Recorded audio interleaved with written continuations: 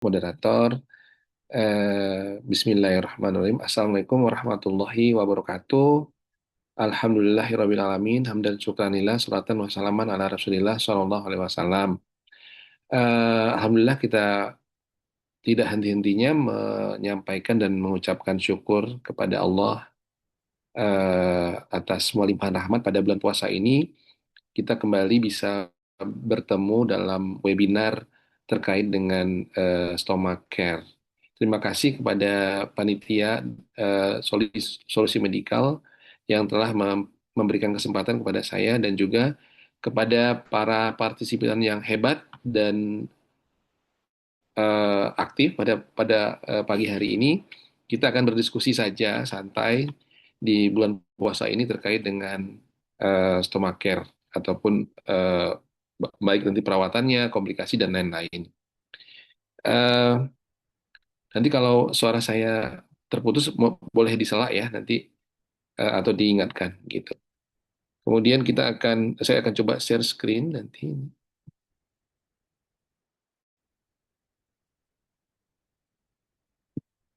Bentar.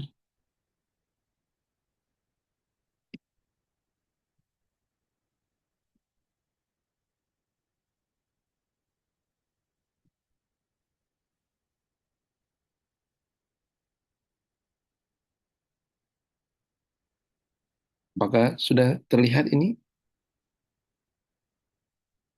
Sudah terlihat dok. Baik ya. Jadi pada pagi hari ini kita akan berbicara tentang komplikasi dari suatu stoma atau peristoma complication ya. Em, Nanti dalam tujuan daripada webinar ini kita bisa mengenal apa itu komplikasi dari peristomal skin ini, dan setelah kita bisa mengenal nanti kita bisa melakukan perencanaan apa saja yang bisa kita lakukan untuk mencegah, kemudian pemilihan beberapa skin barrier nanti juga dibantu oleh narasumber Nurse Asrijal ya, yang akan membantu saya untuk apabila hal-hal lain yang bisa dilengkapi. Kemudian bahwa dalam stoma ini nanti harus terintegrasi dengan perawat, dengan pasien, keluarga dan lain-lain. Em, jadi pembuatan stoma ini di dunia itu sudah cukup banyak ya. Sekitar 1,3 sampai 1,4 juta orang itu saat ini eh, memiliki atau mempunyai stoma atau disebut dengan ostomed ya. Dan dari semua itu 30 sampai 80% itu cukup tinggi angkanya itu mengalami yang namanya komplikasi, iritasi ya bahasanya, atau gejalanya itu misalnya perih, merah, panas, dan itu mengganggu sekali pasien dan bahkan menurunkan kualitas hidup pasien.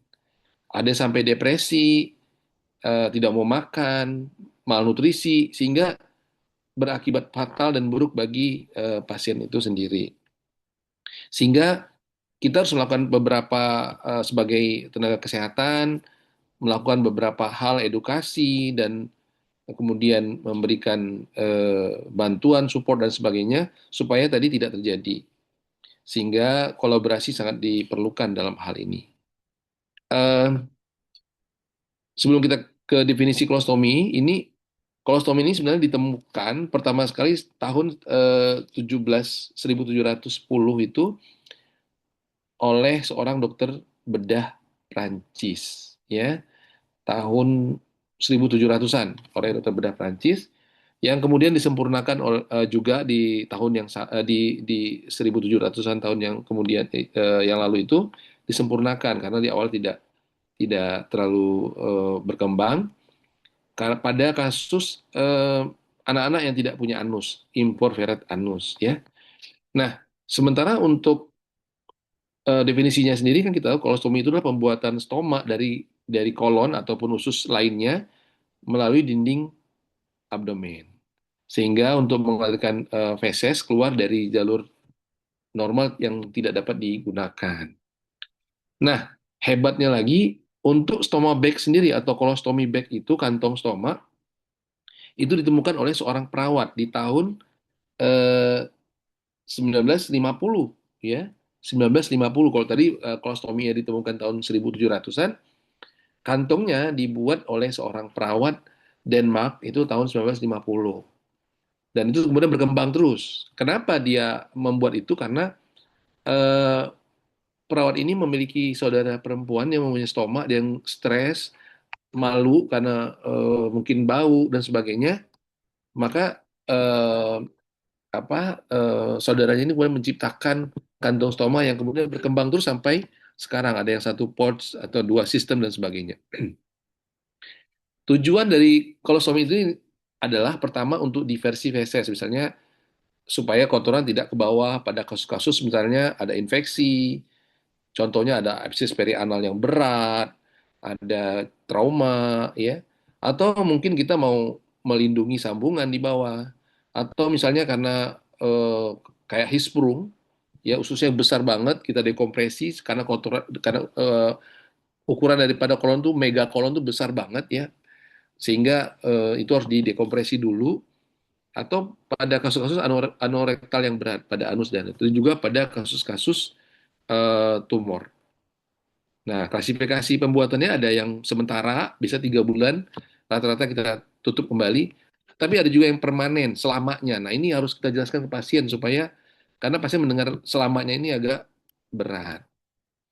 Kalau yang sementara itu seperti yang saya sampaikan tadi, adalah untuk bila ada sambungan di bawah supaya dia dia aman dulu, kita sementara ya. Atau pada tumor yang kita angkat dan akan kita sambung kembali. Namanya Hartmann prosedur, itu pada kanker kalau rektum, biasanya sepertiga tengah atau proksimal, karena rektum itu dibagi tiga bagian, ada bagian distal yang dekat anus, bagian medial, dan bagian proksimal. Kalau tumor itu berada di medial dan bagian proksimal, ada kemungkinan untuk kita sambung kembali.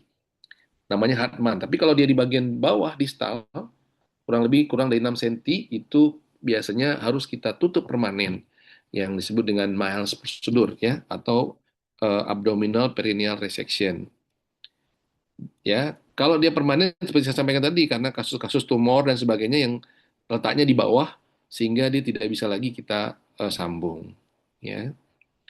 Untuk bentuknya ada yang satu enkolostomi, ada yang loop keluarnya dua ya, atau double barrel terpisah gitu ya. Itu berdasarkan bentuk yang dikeluarkan. Kemudian kalau dia enkolostomi, ujungnya biasanya keluar sebagai stoma ya. Pada kasus Hartmann tadi, yang tumor tadi. Biasanya juga permanen juga bisa pada kasus-kasus Miles tadi. Kemudian eh, untuk loop biasanya sifatnya juga sementara ya, pengaman saja, ada dua lumen, eh, dan sebagian kotoran masih bisa masuk ke bawah. Kalau double barrel biasanya memisah sehingga kotoran tidak bisa masuk lagi ke distal. Biasanya pada kasus-kasus anak yang dilakukan operasi. Kemudian berdasarkan lokasi untuk usus besar, jadi kan kalau untuk stoma ini ada dua paling sering, yaitu ileostomi, usus halus, ilium, atau kolostomi atau large bowel. Kalau untuk kolostomi itu bisa ascending, yang sebelah kanan, transversum, descending, dan sigmoid. Tapi sebenarnya yang paling mungkin kita lakukan itu sebenarnya di transversum dan sigmoid. Kita sebagai dokter bedah jarang sekali menggunakan ascending dan descending karena dia pertama terfiksir dan kolonial. Hanya beberapa keadaan saja yang kita lakukan, tapi sangat jarang. Kemudian berdasarkan produksi dari stomanya, ada yang kalau di ilium tadi dia cair banyak, mudah terjadi iritasi. Kalau di transverse sudah semi cair dan makin ke bawah dia makin padat. Nah, tadi indikasinya kalau ada pasien datang ke rumah sakit dengan tidak bisa BAB, tidak bisa platus sama sekali, maka perutnya menjadi distensi dan dari inggitnya bisa keluar feses ataupun cairan kehijauan, pasien juga melakukan nyeri, maka itu disebut obstruksi kolon. Bisa penyebabnya karena kanker atau yang lainnya.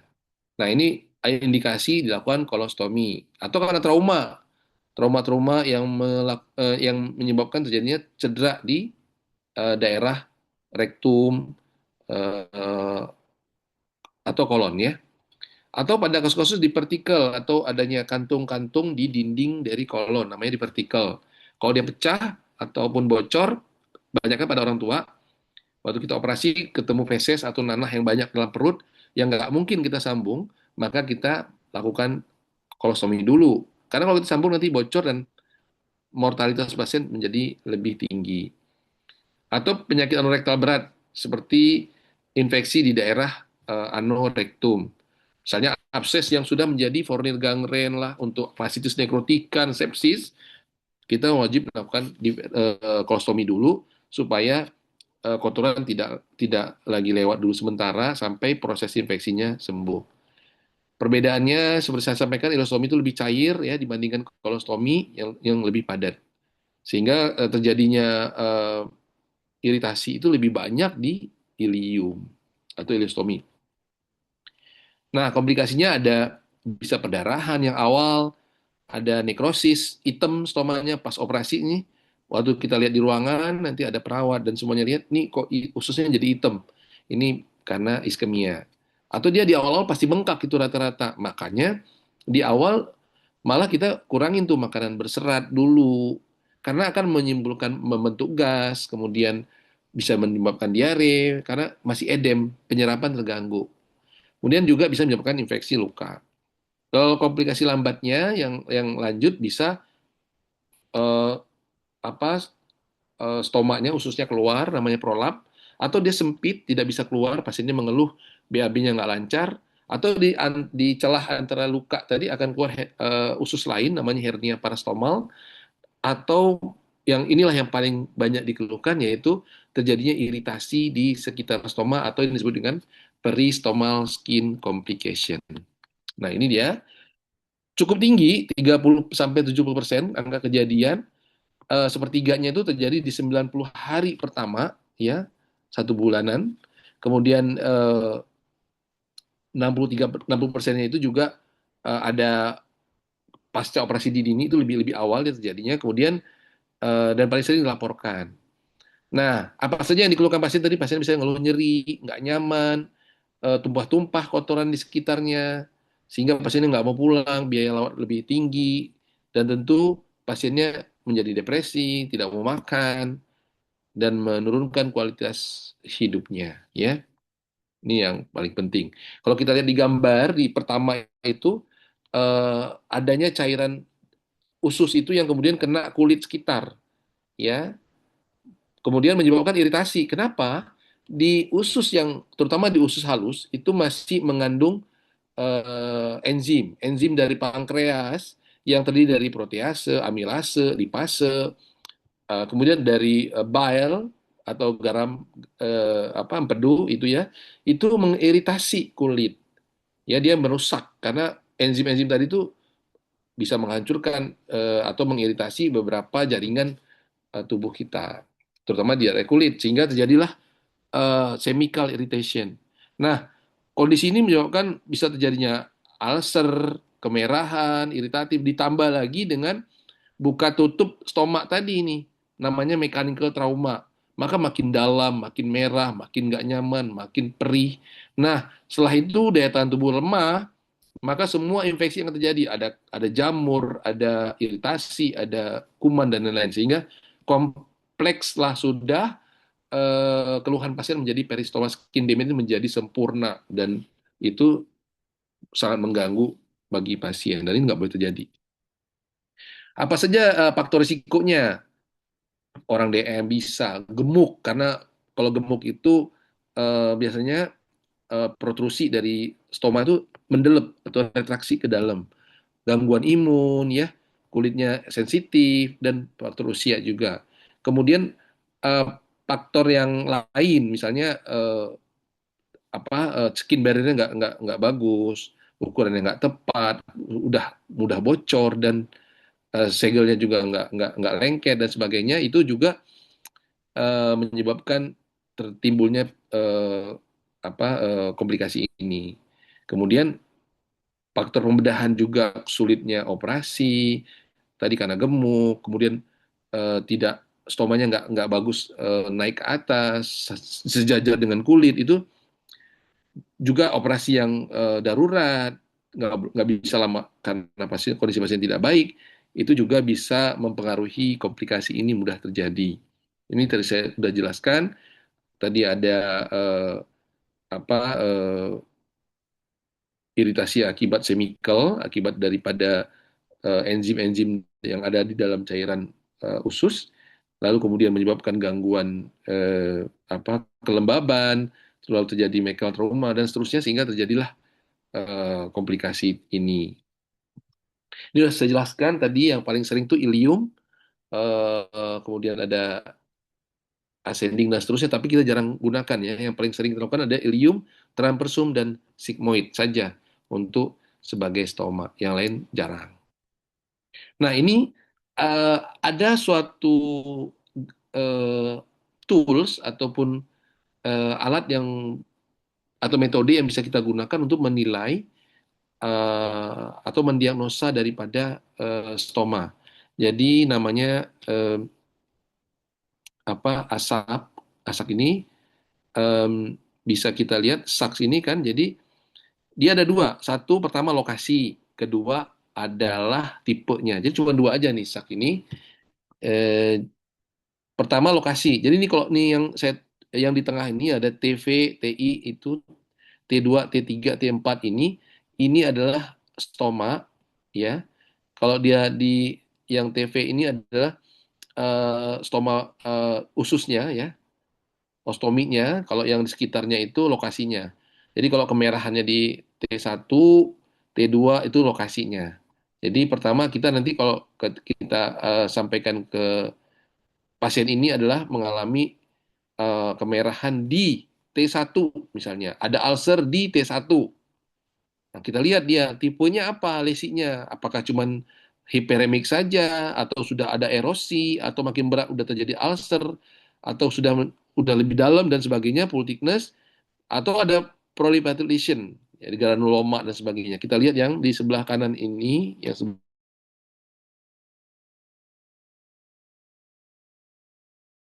LX ya, berarti sudah ada yang granuloma nih yang di bawah di T2 dan di T3.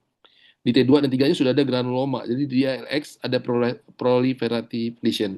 Jadi kalau kita buat pada pasien ini, klasifikasi SAKS-nya adalah LX, T2, dan T3. Jadi cuma dua komponen, lokasi dan lesi. Jadi kalau kita dokter atau perawat dan sebagainya bisa dengan melihat bahwa ostomi pasien ini dia LX di T2 dan T3, maka kita sudah tahu bahwa ini sudah terjadi adanya proliferative lesion di daerah T3 dan T2-nya. Ini tadi ada yang ini kita lihat yang ini akibat kontak dermatitis ya. Ini ada biasanya bentuknya itu kemerahan di sekitar. Kalau dia kontak dermatitis itu biasanya mengikuti bentuk dari stoma bag itu, kantung itu. Bulat, biasanya mengikuti itu kalau dia iritatif. Kalau dia karena trauma, biasanya bekas tarikan dan ada segmen yang mengalami robekan, laserasi dan sebagainya. Kalau dia bekas akibat infeksi jamur, biasanya ada nodul-nodul satelit putih-putih yang di bawah ini. Itu karena jamur. Jadi memang ini adalah komplikasi-komplikasi dari yang umum dari peristoma ini. Atau terjadinya robekan, ada dari usus dengan kulit itu ada celah, namanya mucocutaneous separation. Atau ada muncul usus lain di sekitar stoma, namanya parastomal hernia. Ya. Nah, ini eh, apa saja faktor resiko yang tadi yang bisa menyebabkan terjadinya peristomal irritation tadi? Ini adalah bisa juga karena urin ya, karena stoma itu tidak hanya feses, bisa juga orang buat dari urin juga bisa ya. Pada intinya yang paling cair biasanya dari usus halus atau urin. Tapi memang yang dari usus itu jauh lebih iritatif karena dia mengandung enzim. Kemudian bisa karena kerusakan mekanik, kimia ya di sekitar stoma akibat daripada tarikan ataupun cara kita meng-apply daripada stomabag tadi. Kemudian kondisi kesehatan pasien juga sangat mempengaruhi malnutrisi, sistemiknya, DM dan sebagainya. Kemudian lokasi stoma juga. Jadi kalau dekat dengan tulang, misalnya di bawah dekat sias atau di atas dekat kosta, itu akan susah kita memasang stoma bag. Maka sebelum dioperasi kita harus menentukan lokasi yang bagus untuk mencegah terjadinya hal ini. Kalau ilium kita harus taruhnya di kanan, jangan di kiri, karena kalau di kanan, kalau di kiri biasanya akan eh, retraktif dan sebagainya. Sebaliknya kalau kolon sigmoid itu sebelah kiri. Kemudian gemuk karena lipatan-lipatan kulit tadi, celah di antara lipatan kulit itu akan menjadi tempat yang sulit dibersihkan. Yang pertama, yang kedua menjadi tempat berkumpulnya cairan-cairan feses, terutama yang tertimbun di situ dan bisa menyebabkan masalah dan infeksi. Maka pencegahan tadi, mengasesmen yang bagus. Pertama yang asesmen apa? Nilai dulu nih, lokasinya udah bagus belum. Kemudian yang kedua, ususnya bagus nggak protrusinya, ya. Kemudian baru kita nilai lagi, apakah ada dermatitis tadi, apakah ada jamur tadi, apakah ada laserasi tadi, ya. Kalau ada, maka ditata laksana dulu nih, ditata laksana seperti membersihkan, kemudian menggunakan salep nanti, eh, ataupun menggunakan barir-barir tertentu, ya, supaya sembuh dulu merahnya dan sebagainya. Setelah itu akan lebih nyaman bagi pasien dan kita bisa mengajarkan apply dan mencegah terjadinya kebocoran-kebocoran tadi. Ya, kalau dia protrusinya terlalu dalam, maka nanti ada stoma bag yang bentuknya convex yang bisa menekan sehingga stomanya bisa keluar dan tidak tumpah ke kulit. Dan jarak stoma ke batas daripada itu paling maksimal 1 sampai 2 mili, ya, jangan lebih besar. Dan harus lengket supaya tidak terjadi kebocoran. Nah, ada beberapa faktor, ya, yang bisa kita lihat karena sensitif ada bahan tertentu, ya. Nah, ini juga kita harus identifikasi. Ada beberapa pasien itu yang memang kulitnya sensitif sehingga penggunaan beberapa eh, tambahan barir seperti yang paling aman itu adalah hidrokoloid, ya, untuk beberapa jenis kulit yang rapuh dan sensitif. Ada ekstraksi faktor juga, ya, seperti eh, skin barrier-nya yang tidak terpasang dengan baik, ya, kemudian tidak tepat durasinya, ya, permukaannya yang tidak rata dan sebagainya, itu juga bisa menyebabkan terjadinya itu. Ini bentuknya ada yang tidak cocok, tidak pas, ya. Ini dia guntingnya juga nggak rapi nih, jadi beberapa eh, stoma bag itu sudah ada ukurannya. Ini bagus kita ukur dulu dan lebih mudah. Dia kan ada yang one system, ada yang two system pouch, ya. Nah, ini untuk menentukan lokasi tadi, ini juga menjadi penting supaya tidak terjadi komplikasi tadi. Ya, biasanya kita letakkan di para median, ya, di rectus. Kalau kalau eh, orang luar negeri itu dia karena rektusnya besar, biasanya di tengah-tengah dari rektus itu. Karena sekaligus bisa menjadi sebagai eh, otot itu bisa berkontraksi untuk mencegah keluar masuk feses, juga membantu nantinya. Pastikan nanti dia 1-2 senti di atas kulit, ya. Hindari lokasi yang lipatan kulit ataupun dekat dengan tulang, ya. Kemudian kita harus bersama dengan nurse atau perawat nanti, dan keluarga juga diedukasi bagaimana untuk menentukan nanti lokasi, kemudian perawatan selanjutnya. Nah, ini jadi bagaimana kita melakukan skin barrier, ya. Kita nilai di sini ukuran daripada stomanya ini, kalau dia rata sama sama kulit, kita harus menggunakan yang convex nanti, stoma bagnya yang convex sehingga dia lebih bisa muncul. Jadi kita nilai retraksinya, prolap dan sebagainya. Kemudian nilai juga nih ada kulit yang terlipat, apakah ada hernia, bekas operasi sebelumnya, gemuk, itu juga hati-hati karena itu bisa menyebabkan menjadi faktor untuk terjadinya komplikasi. Lalu menggunakan barrier, ya dia ada boleh pakai stomahesi pasta, bisa pakai semprot nanti apa yang disemprotkan kan nanti ada film yang akan me- membuat dan melindungi kulit ya. Nanti kita lihat di sini kalau yang retraksi kita pakai yang konvek, kalau yang datar ini flat yang perutnya rata nggak apa-apa. Kalau yang stomanya tidak rata kita buat yang lebih bisa di apa di molding ya. Kemudian kalau yang cair banget kita pakai yang extended wear-nya ya, jadi yang lebih rapat dan bisa mencegah terjadinya kebocoran.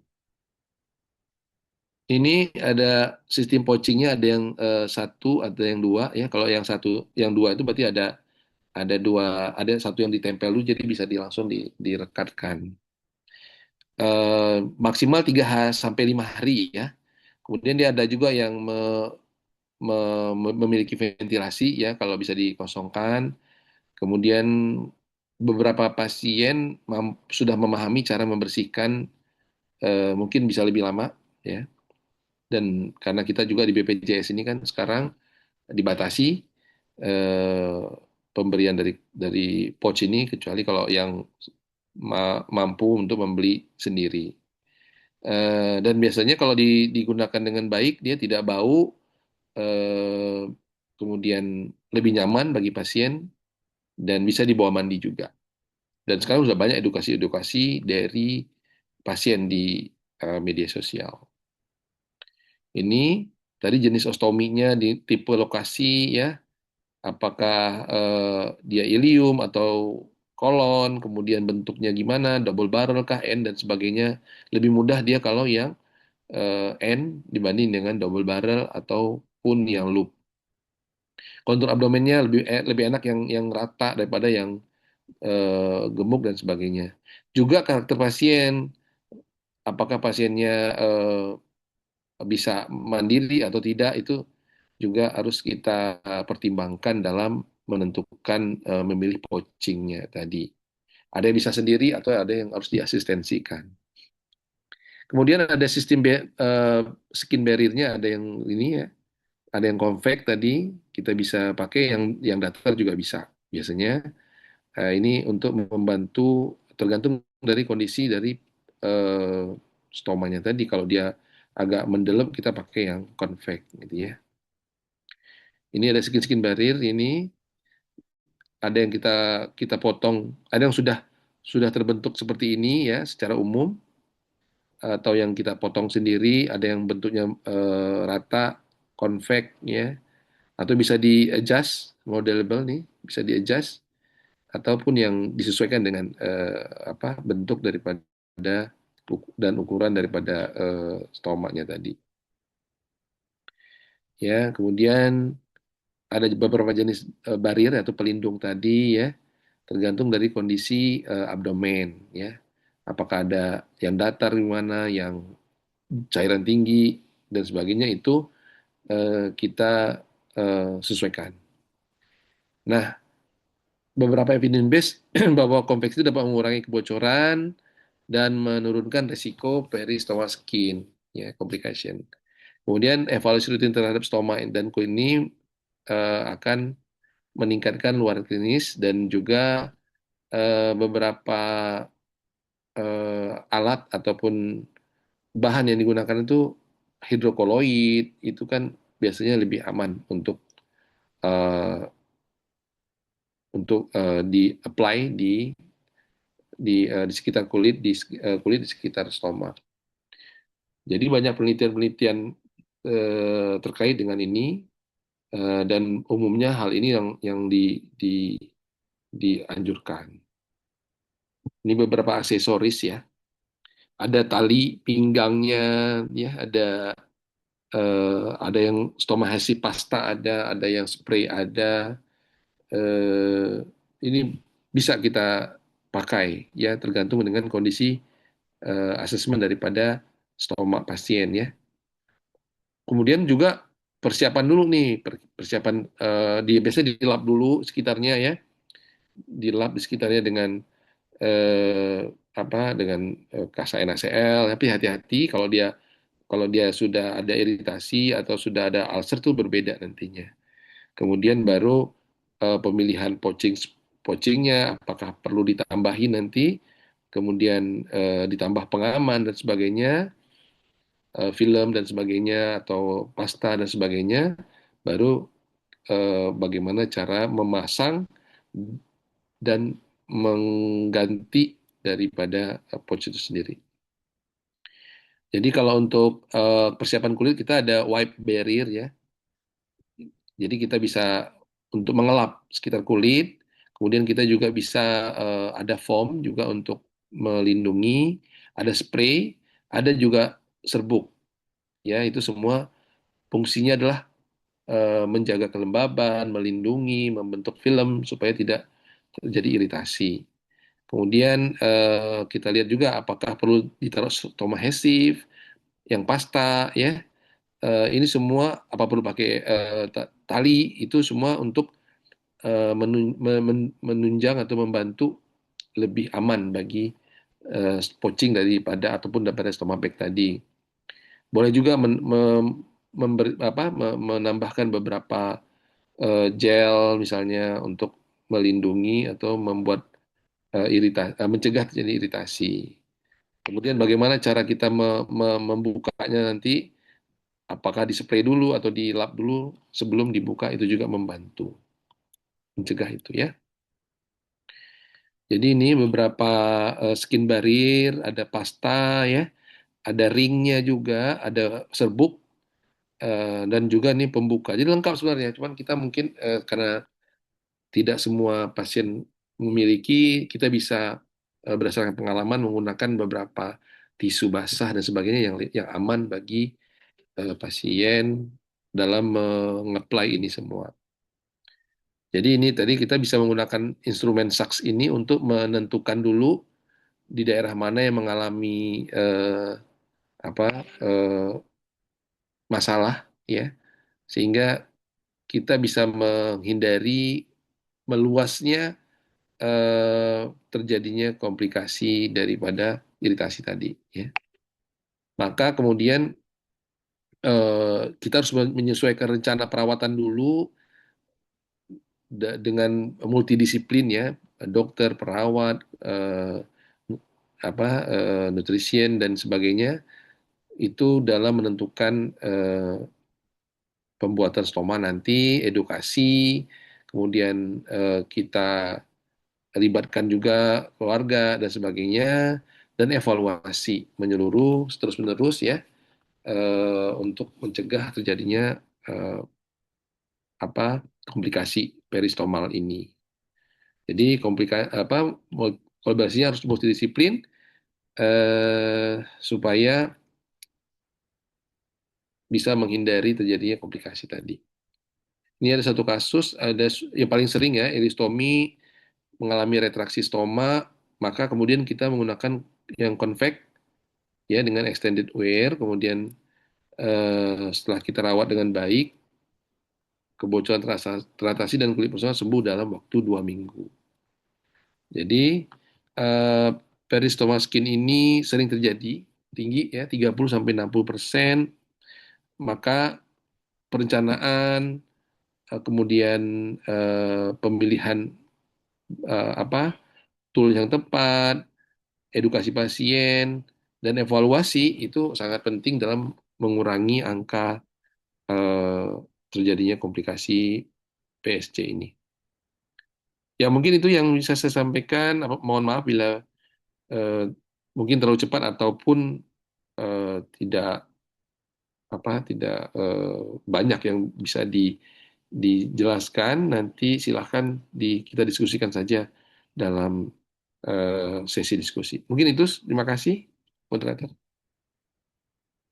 Oke, baik. Terima kasih Dr. Yusuf yang sudah memaparkan materi yang sangat luar biasa. Bapak Ibu, mari kita beri applause dulu nih ya. Kita beri reaction juga ya kepada Dr. Yusuf yang sangat luar biasa pada pagi hari ini. Baik Bapak Ibu, kita masuk kepada sesi tanya jawab. Kepada Bapak Ibu yang memiliki pertanyaan-pertanyaan yang ingin didiskusikan, bisa langsung tuliskan di kolom chat.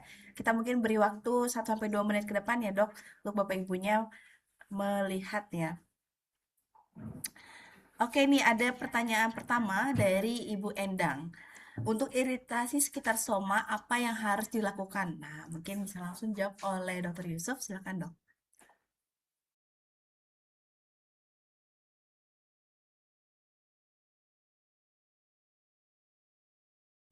Ini, Dok, masih di Iya, iya. Baik, pertama kalau kita melihat adanya iritasi di sekitar stoma, pertama tentukan dulu penyebabnya apa, ya.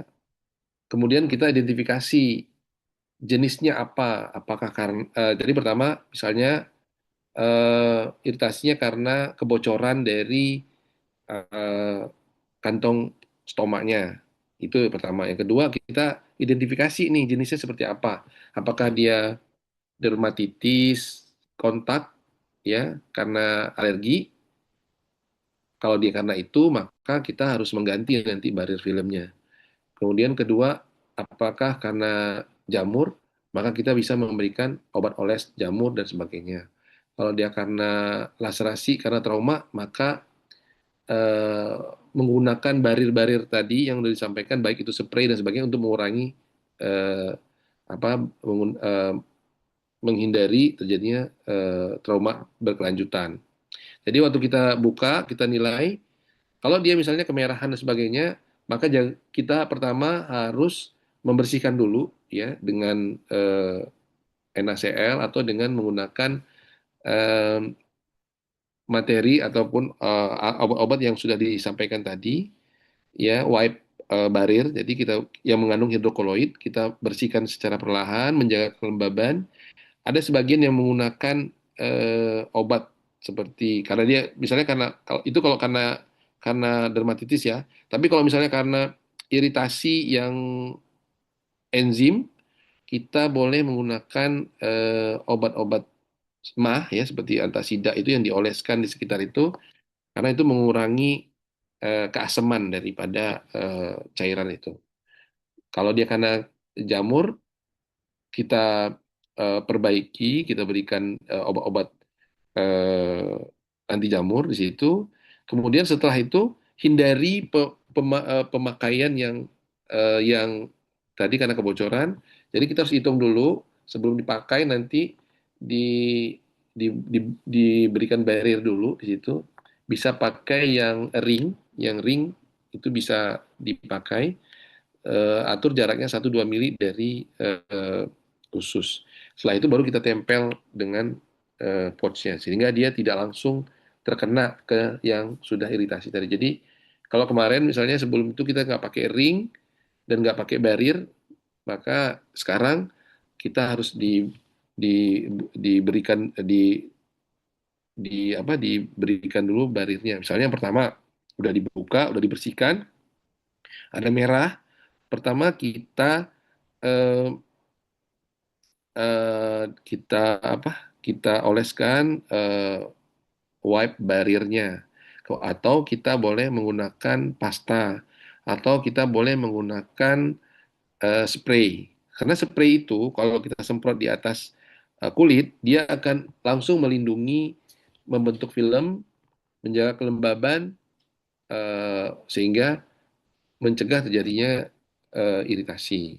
Baru kemudian kita taruh cincin atau ring eh, di sekitar situ, kemudian baru kita pasang stoma bag. Maka kalau itu bisa kita lakukan, insya Allah iritasinya akan hilang dan kemudian eh, akan sehat kembali dalam waktu yang 1-2 mingguan ke depan. Mungkin itu sementara yang bisa saya sampaikan.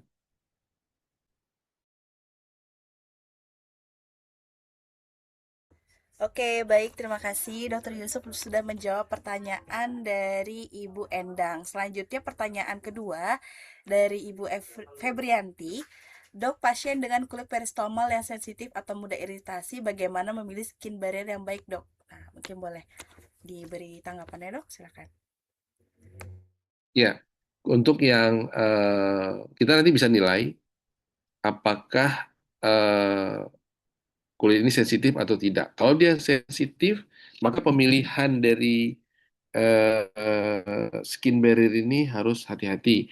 Jadi gunakan yang paling pertama, yang paling aman itu eh, yang spray dulu. Kalau yang spray dia misalnya iritatif, maka nanti kita nilai lagi apakah dia bisa digunakan yang model yang lain ya. Kalau memang dia dengan obat-obatan itu dia juga semuanya sensitif, mungkin kita tidak menggunakan alat tambahan, cukup dengan menggunakan NaCl dan mengeringkan dengan baik. Biasanya kalau dia misalnya alergi dengan sesuatu zat-zat tertentu ya, walaupun dari kita penelitian yang di evidence base tadi bahwa hidroklorid ini sangat aman dan jarang sekali ditemukan adanya riwayat alergi. Nah, kalau juga masih juga alergi, maka kita bisa menggunakan zinc. Jadi komponen-komponen yang mengandung zinc yang biasanya lebih aman bagi pasien dalam bentuk salep. Nanti kita disalepin, baru kita apply ringnya, kemudian stomabagnya. Jadi kita evaluasi dulu mana yang lebih ini. Pilihannya selain hidrokoloid, kita bisa menggunakan zinc atau polimer ya seperti eh, salep-salep lain yang mengandung polimer itu juga lebih aman dibanding dengan hidroklorid. Tapi hidroklorid sendiri sebenarnya sudah aman sebenarnya. Kalau juga alergi dan sensitif juga mungkin cukup dengan cairan plasma seperti NaCl lalu dikeringkan baru kita pakai apply pouch-nya. Mungkin seperti itu yang bisa saya jawab. Baik, terima kasih Dokter Yusuf untuk jawaban dari pertanyaan dari Ibu Febrianti. Selanjutnya ada case tadi dari Pak Muslehudin. Assalamualaikum dok, saya mau tanya, saat ini saya merawat pasien dengan CA transversum post hemikolektomi dengan stoma rektrasi dengan komplikasi peristoma. Apakah bisa diperbaiki? Nah, ini akan saya tampilkan untuk boleh jawabannya dok. Kalau mau di share screen dulu. Ya, sudah tampil. Oke. Ya, ini kan berarti dia ini ilium ya. Pertama ini ilium. Usus halus. Karena di usus halus pasti produksi dari eh, cairan dari ususnya itu lebih lebih asam, lebih iritatif dan banyak mengandung enzim. Resikonya cukup besar. Kemudian yang kedua, itu ada namanya mucocutaneous separation. Jadi ada robekan antara dinding kulit dengan usus. Jadi itu ada terbentuk jarak ya muka kutin itu di antara mukus dan kutan itu ada jarak. Dan itu kalau dibiarkan terus dia akan mengalami ulcer ke dalam gitu ya. Ini juga menambah eh, tidak baik kondisi pasien. Kemudian yang ketiga ini retraktit stomanya. Stomanya retraktit. Karena stomanya retraktit sehingga kemungkinan cairan itu tidak tidak mengiritasi itu sangat kecil karena dia memang langsung tumpah di sekitar sekitar luka. Kemudian ini juga efek dari laserasinya cukup luas ini sampai ke sekeliling dan sebesar dari stoma. Jadi ini pada kasus ini yang pertama kita akan menggunakan eh, pertama kita apply dulu ya, harus merawat dulu iritasinya. Kalau kayak gini boleh kita menggunakan cairan-cairan antasida dulu, Pak. Jadi coba dioleskan di daerah yang merah sekitar situ. Kemudian yang kedua, untuk apply dari stomanya ini gunakan yang konvek. Tapi sebelum kita gunakan yang konvek, nanti di sekitar luka itu ditaruhlah stoma adhesive pasta di lubang-lubang di antara yang Di usus itu ada yang antara kulit dan stoma itu ada celah-celah itu boleh di situ ditaruh stoma untuk menutupi supaya dia tidak tidak tumpah cairan ke sana. Ya, kemudian baru dipasang ring, tapi dikeringkan dulu ya, dikeringkan dulu, diolesin dulu tadi setelah kering, lalu boleh kita pakai film, boleh pakai spray, lalu baru kita pakai stomasi pasta, baru pakai cincin barir, baru kemudian kita apply apa stoma bag tadi. Jadi kalau bisa sih lebih luas ya supaya terlindungi dia dari stoma bag yang keras tadi. Nah, waktu kita mencabutnya atau membukanya itu baiknya misalnya mau ganti nih 3 sampai 5 hari itu harus di apa ya di wipe dulu atau dilembabkan dulu. Jangan main tarik saja karena akan menyebabkan cedera dari eh, kulit yang sudah merah ini sehingga nanti makin dalam makin dalam iritasinya, ulcerasinya dan itu akan bisa menjadi gaung. Ada beberapa pasien nanti kalau ini nggak baik, ini muka cutaneous gap-nya ataupun yang lubang di sekitar ususnya akan makin besar nanti. Maka dia akan membentuk gaung nanti, sumur. Nah, itu akan lebih berat lagi. Kenapa? Karena kotoran nanti akan masuk langsung ke dalam situ. Nah, kalau itu terjadi, maka nanti eh, terjadi abses, terjadi nyeri yang hebat, dan ini bisa berisiko menjadi sepsis pasiennya karena menjadi sumber infeksi. Jadi kalau itu juga gagal nanti, maka kita harus koordinasi sama dokter bedah untuk memperbaiki stoma ini. Ya, kalau itu gagal, maka kita harus melakukan pembuatan atau melakukan perbaikan dari stoma ini ulang karena ini terlalu pendek dikeluarkan. Ya, terlalu terlalu pendek dia retraktif. Nah, ini sulit jadinya. Kalau itu gagal tadi yang kita lakukan, kita harus melakukan ileostomi repair ulang. Dan mungkin kita tidak lagi meletakkan ileostomi di sini nanti.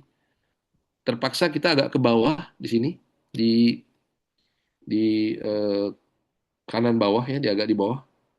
Atau bahkan terpaksa kita agak ke atas nanti, ke agak kiri, tempat luka yang lebih, kulit yang lebih baik. Kalau itu dilakukan dan cukup panjang, maka ini akan sembuh dengan cepat sekali. Dan pasien lebih nyaman dan komplikasinya bisa kita cegah. Mungkin itu yang bisa saya sampaikan. Terima kasih. Oke, baik. Terima kasih jawabannya, Dr. Yusuf. Mudah-mudahan menjawab pertanyaan dari Pak Muslehudin. Selanjutnya, pertanyaan terakhir dari Al-Fajri Prasetyo Pulungan. Izin bertanya, dok, pada saat keadaan bencana darurat dengan akses yang terputus, apakah ada opsi lain pengganti pot stoma dan perawatan lanjutannya, dok? Nah, mungkin boleh jawabannya, silakan, dok. Ya, ya memang bisa dimodif ya, bisa dibuat pakai kertas plastik yang eh, 1/4 kilo atau apa ya, dengan double tip. Tapi tentu kan itu nggak ideal sebenarnya, ya. Nggak ideal eh, karena dia mudah bocor dan sebagainya. Tapi bisa ditambahkan aksesoris lain, misalnya dibuat dari tempurung kelapa itu pernah juga dilobangin, dibuat tali, eh, lalu baru ditaruh plastik juga bisa. Jadi banyak sih modif yang bisa dilakukan pada kasus-kasus yang memang terputus, nggak bisa apa, tidak bisa dilewati dan nggak bisa dikirimkan pouch-pouch yang standar seperti ini. Ya, jadi eh, mungkin itu pilihan-pilihan yang bisa kita buat, walaupun kalau dengan itu kita harus sering mengganti. Itu aja. Kalau boleh pakai plastik itu, pokoknya kalau udah bocor langsung ganti. Bocor langsung ganti. Cuman kita kan kadang-kadang bocor dibiarin gitu, dibiarin, iritasi dan sebagainya. Jadi basah lembab aja di situ. Sampai baju-bajunya lembab, bahkan iritasinya bukan hanya di situ, di kulit-kulit normal sekitar juga jadi iritasi. Jadi boleh digunakan plastik pakai barir tetap di apply dulu ya, biarkan kering dulu baru kita apply. Begitu dia bocor langsung Tadi. Kemudian anjuran lain apa? Makan. Makan itu kalau dia ilium, makanlah makanan yang malah yang kurang serat, yang langsung ampasnya hilang, low residu, low fiber, seperti pisang, roti, karbohidrat. Hindari makan makanan yang pedas, kemudian eh, yang apa ya, yang bisa membuat gas apa semua itu dihindari. Jadi itu juga dari sisi makanan juga bisa mencegah keluarnya itu. Atau kita bisa tambahkan obat-obatan supaya penyerapannya jadi lebih tinggi seperti kodein, luminal dan lain-lain. Jadi bisa dikombinasi. Jadi tidak hanya perawatan, tapi cara mengkonsumsi makanan, penggunaan obat-obatan juga penting dalam mengatasi kondisi-kondisi seperti tadi yang disebutkan. Itu aja mungkin bisa saya sampaikan. Terima kasih. Oke, baik, terima kasih jawabannya. Mudah-mudahan menjawab pertanyaan dari Pak Alfardri. Bapak Ibu, saya cukupkan sesi tanya jawab yang sangat luar biasa. Tadi Dokter Yusuf, terima kasih sudah menjawab pertanyaan-pertanyaan dari Bapak Ibu sekalian. Jika begitu, kita cukupkan sesi diskusi. Untuk menutup sesi pertama, mungkin boleh diberikan closing statement-nya, Dok, untuk sesi pertama. Silakan, Dok. Ya, baik. Mungkin proses statement saya, em, belajar dan eh, melakukan eh, penanganan dengan terus-menerus dan berkembang akan menghasilkan eh, ilmu dan skill yang jauh lebih baik. Itu aja. Oke, baik. Terima kasih untuk closing statement yang sangat luar biasa. Bapak Ibu, mungkin saya izin foto bersama. Silakan untuk buka kameranya, Bapak Ibu. Kita akan foto bersama dengan Dokter Yusuf. Oke, baik. Siap, satu, dua, tiga. Berikan senyum yang terbaik, Bapak Ibu. Oke, sekali lagi. Satu, dua, tiga. Oke, baik. Terima kasih Dokter Yusuf yang sudah memberikan materi yang sangat luar biasa hari ini. Mudah-mudahan kita bisa bertemu lagi di lain kesempatan dan juga pasti dengan topik yang menarik lainnya. Terima kasih Baik, Dokter Yusuf. Sehat baik, terima selalu. kasih. Ya, Assalamualaikum warahmatullahi wabarakatuh. Waalaikumsalam warahmatullahi wabarakatuh.